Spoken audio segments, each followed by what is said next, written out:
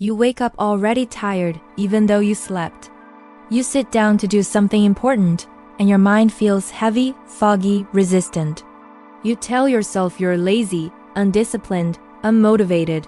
But what if that story is wrong? What if your brain isn't refusing to move forward because you don't care, but because it is trying to protect you?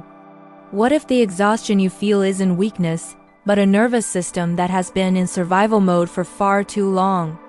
You live in a world that rewards constant output. Productivity is praised, rest is suspicious. If you slow down, you feel guilty. If you pause, your thoughts get louder, so you keep pushing. You scroll, you distract yourself. You promise you'll start tomorrow.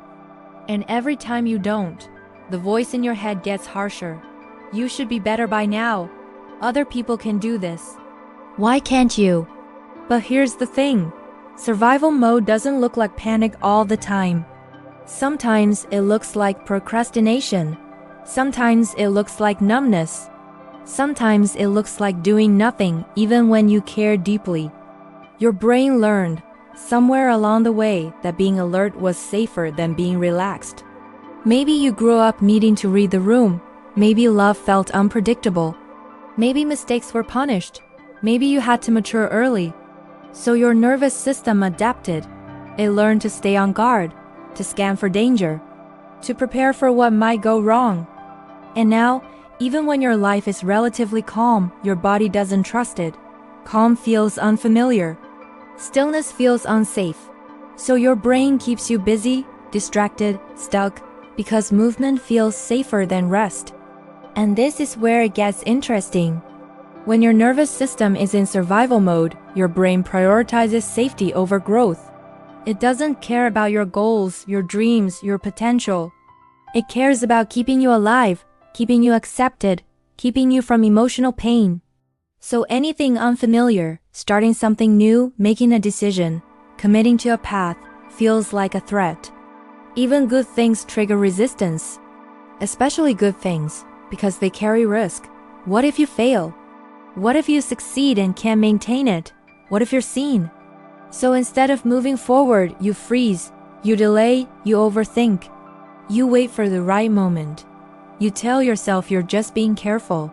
But underneath that caution is fear, not loud fear. Quiet fear. The kind that whispers, stay where you are. Don't change too fast. Don't draw attention. Don't mess this up. If you have an anxious or avoidant attachment style, this pattern runs even deeper. Your early experiences taught you that closeness came with cost, that approval was conditional, that safety depended on performance. So your nervous system learned to equate effort with danger and rest with vulnerability. When you slow down, there's nothing to distract you from your thoughts, from old feelings, from unmet needs. So your brain keeps you busy, not productive, but occupied. You might notice this most at night. When the world gets quiet and there's no task to hide behind, your thoughts race. Your chest feels tight. You replay conversations. You imagine worst-case scenarios. That's not because you're broken. It's because silence removes the illusion of control. And your brain, trained for survival, doesn't like that. Here's the truth. You cannot think your way out of a nervous system problem. No amount of motivation, planning, or self-criticism will override a system that believes it's unsafe. The freeze you feel isn't a character flaw.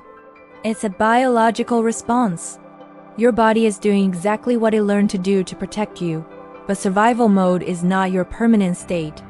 It's a pattern, and patterns can be softened, slowly, gently. Not by forcing yourself to do more, but by teaching your nervous system that it's allowed to rest without consequences. That stillness doesn't lead to danger, that you don't have to earn safety. This starts with awareness, with noticing when you shame yourself for being tired, when you push past your limits, when you equate worth with output. It continues with small acts of regulation, slowing your breath, letting your shoulders drop, taking breaks without justification, doing one small thing instead of everything. Growth doesn't happen when you're braced for impact. It happens when your body feels safe enough to explore. Safe enough to try, safe enough to fail without collapse. And the fact that you're struggling right now doesn't mean you're behind. It means your system has been working overtime to protect you. So if you feel stuck, exhausted, unmotivated, pause before you judge yourself. Ask instead, what has my nervous system been surviving? What did I need to endure to become this alert? There is wisdom in your response. There is history in your hesitation. You're not lazy. You're not broken. You're learning how to feel safe in a world that taught you to stay on guard. And that learning takes time, but it's possible. One regulated moment at a time.